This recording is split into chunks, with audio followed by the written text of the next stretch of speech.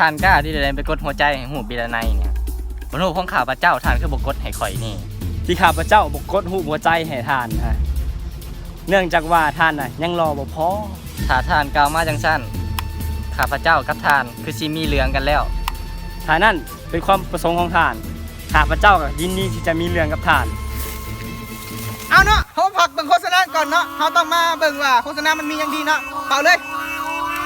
หากประสบปัญหาแบบนี้หรือบ่ย่างเขาเป็นในสังคมแต่สังคมบ่ยอมรับผ่านลองนี่นวัตกรรมใหม่ของพวกเขาเสื้อเลดฟ็อกที่ทักทอมาจากหนังม้าขี่เหื่อนเจ็ตโตที่มาสานออกมาเป็นเสื้อสั้นดีที่ทานใส่เข้าไปแล้วทานจะเป็นโตหนารังเกียจของสังคมเสื้อเลดฟ็อกเสื้อเลดฟ็อกว้าวเสื้อเลดฟ็อกมันดีอีหลีเอาลงไม่สคริปต์ฮะอ่านต่อเลยบ่อ่านต่อเลยว้าวเสื้อเลดฟ็อกเขาบอกให้อ่านต่อเลยนี่คิดมาว้าวว้าวเอานี่คิดมาว้าวอยู่ว้าวเอาไปเลดฟ็อกอ่านต่อเลยอ่านต่อว้าวเสื้อเลดฟ็อกมันดีอีหลีเย่เลยบ่เย่เลยเย่เสื้อเลดฟ็อกจะเสริมบารมีความหนารังเกียจของทานเพิ่มขึ้นไปอีกเพราะว่ามันมีนวัตกรรมหนังม้าขี่เหื่อนเจ็ตโตจะเพิ่มความหนารังเกียจของทานขึ้นไปเป็น7 เท่าถ้าท่านสนใจอย่าโทรมาเพราะว่าเฮาบ่มีขายท่านกดหัวใจให้ข้าพเจ้าเดี๋ยวนี้คนบ่รอคือท่านน่ะบ่มีเหตุผลหยังที่ให้ข้าพเจ้ากดหัวใจให้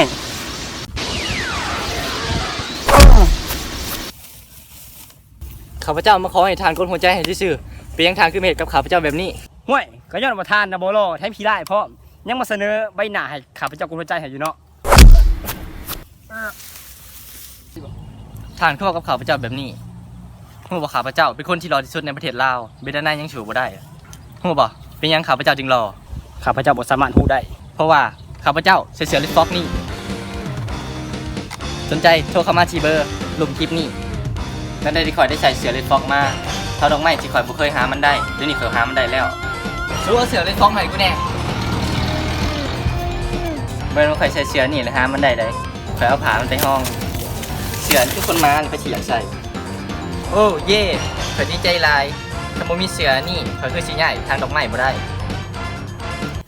ข้าพเจ้าว่ามาขนาดนี้แล้วท่านยังบ่กดใจให้ข้าพเจ้าสั่นเขาจะตีกันในลีเลยบัดนี้เนาะตั้งแต่ข่อยใส่เสื้อเลดฟ็อกนี่นะแฟนเก่าของกูตั้มมาตอแย่ข่อยเลยนะอีห่ามึงนี่โลดมึงนี่อย่ามาตอแย่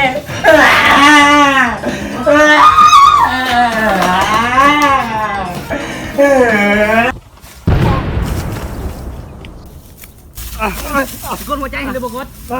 สกดหัวใจให้หรือบกดบ่กดบกดเลยท่านเจอนี่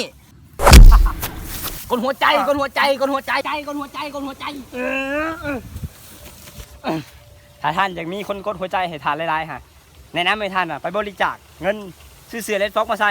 ตั้งแต่ข่อยใส่เสื้อเลดฟ็อกมานี่โอ้การงานดีขึ้นหลายบ่เป็นการเฮียนเซ็งก็ได้เจ็บหัวก็บ่เจ็บ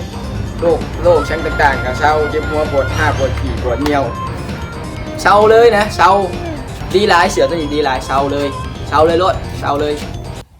เสื้อเลดฟ็อกของดีคือคู่ไว้กับท่าน